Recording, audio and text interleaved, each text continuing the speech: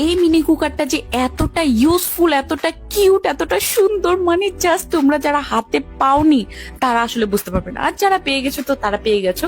আমি আসলে তোমাদেরকে আজকে বলতে এসেছি যে এইটাতে আসলে কি কাজ করা যায় আর এটার রিভিউটা কেমন।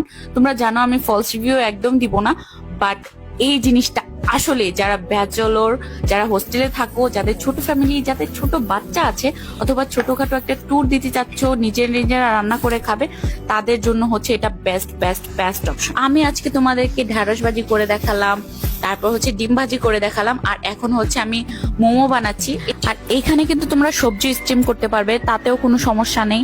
আর জিনিসটা কিন্তু অনেক কিউট, ছোট একটা ঢাকনাও কিন্তু দেওয়া আছে। আমি মিনি কুকারটা দিয়ে এই তিনটা জিনিস অলরেডি রান্না করছি। এটাতে কিন্তু তোমরা সব ধরনের খাবার রান্না করতে পারবে, কোনো সমস্যা নাই। পানি গরম থেকে শুরু করে এভরিথিং। আর শুধু গরম হতে যতটুকু সময় লাগে, এছাড়া কিন্তু পুরো চুলোর মতোই তাপ দিবে। যাদের বাসায় গ্যাস থাকে না তাদের জন্য তো এটা আরো বেশি ইউজফুল। তো একটা নিয়ে তোমরা ট্রাই করে দেখতে পারো আসলে এটা